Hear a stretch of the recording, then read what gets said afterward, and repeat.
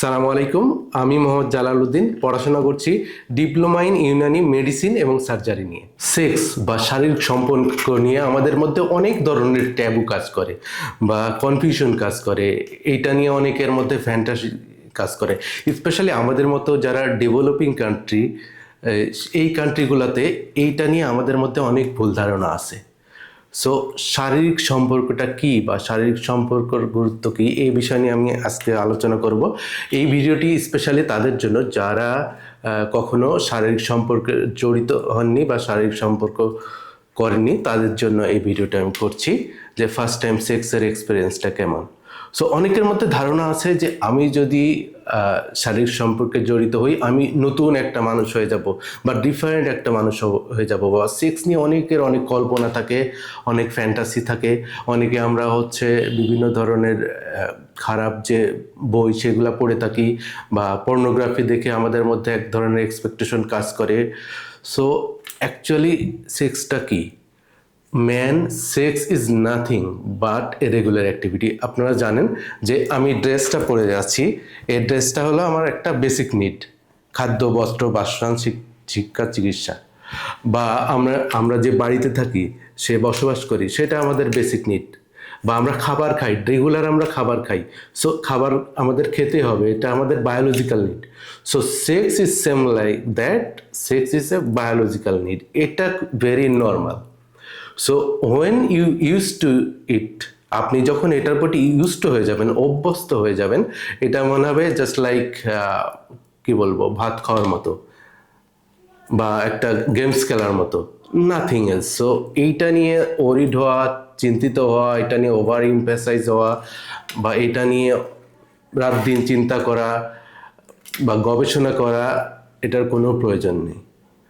So আমি আজকে যারা ফার্স্ট টাইম শারীরিক সম্পর্ক করতে চান বা করতে যাবেন, তাদের জন্য আমি কিছু টিপস শেয়ার করব যে কি কি বিষয়ে গুরুত্ব দিতে হবে। নাম্বার ওয়ান, কনসেন্ট বা সম্মতি।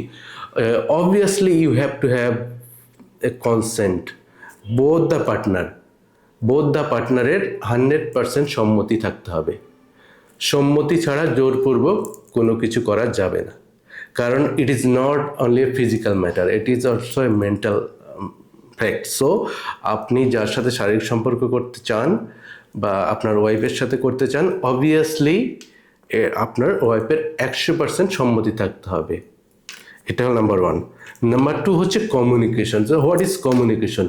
So obviously you need to have a proper communication with your পার্টনারের সাথে। কমিউনিকেশনটা কেমন? যে তার ভালো লাগা, মন্দ লাগা, তার পজিশন গুলো জানতে হবে, তার ভালো লাগা, মন্দ লাগা, তার দেহের কোন জায়গায় সেন্সিটিভিটি, এই বিষয়গুলো নিয়ে আপনার জানতে হবে। ভালো একটা কমিউনিকেশন থাকতে হবে।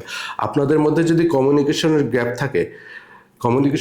থাকে, সেক্ষেত্রে আপনি সেক্সুয়াল লাইফে স্যাটিসফাইড হতে পারবেন না বা সমস্যা হতে পারে। So communication is important. আরেকটা হচ্ছে যে প্রোটেকশন। সো এই বিষয় নিয়ে আমাদের অনেকের মধ্যে একটা মিসকনসেপশন আছে যে আমরা যদি প্রোটেকশন ইউজ করি, স্পেশালি কন্ডোম ইউজ করি, সেক্ষেত্রে আমার যৌন তৃপ্তিটা কম পাবো বা সমস্যা হবে। অ্যাকচুয়ালি আপনি যদি কন্ডোম ইউজ করেন বা কোনো পদ্ধতি ইউজ করেন, সেক্ষেত্রে আপনার এসটিডি, সেক্সুয়ালি ট্রান্সমিটেড যে ডিজিজগুলো আছে, সেগুলো থেকে আপনি রক্ষা পাবেন। দেন হচ্ছে আনওয়ান্টেড প্রেগনেন্সি যে বিষয়টা আছে, সেটা থেকে আপনি মুক্তি পাবেন। So it is very safe to use condom. So এই তিনটা বিষয় আপনার অবশ্যই মনে রাখতে হবে। নাম্বার ওয়ান হচ্ছে কনসেন্ট, নাম্বার টু হচ্ছে কমিউনিকেশন, প্রপারলি কমিউনিকেশন করতে হবে আপনার পার্টনারের সাথে, নাম্বার থ্রি হচ্ছে প্রোটেকশন ইউজ করতে হবে।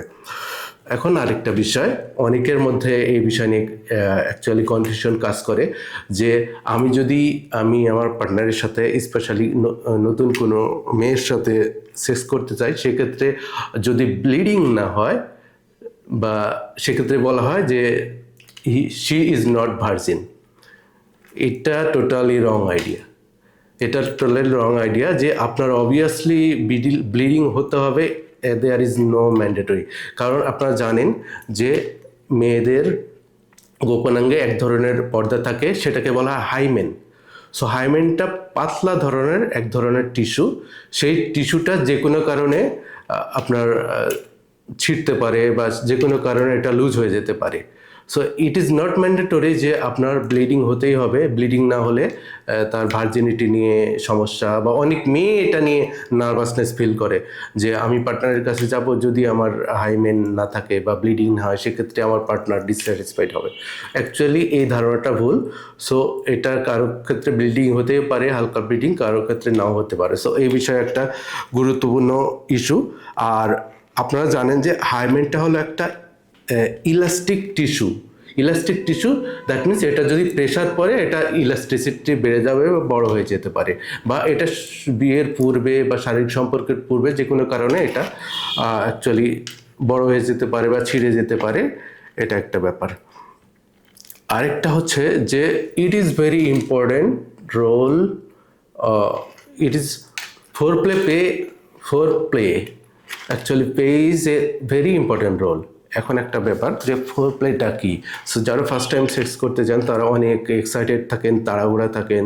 সো তারা অনেকে জানেন না যে ফোরপ্লেটা কি। ফোরপ্লেটা বেসিক্যালি যে আপনার ফাইনাল ইন্টারকোর্স শুরুর পূর্বে যে অ্যাক্টিভিটিসগুলো আছে, যে আদর করা, লিক করা বা হাগ করা, কিস করা, বাইট করা, যে এই অ্যাক্টিভিটি সেইগুলোকে বলা হয় ফোরপ্লে।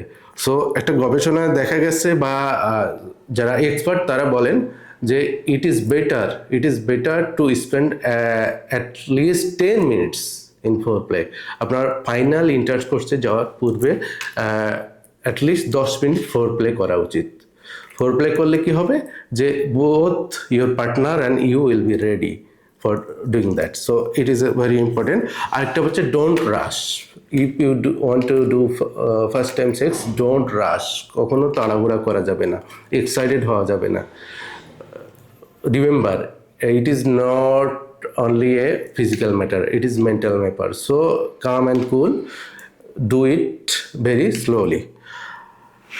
আর ফাইনালি বলতে চাই যে sex is very normal thing and human life.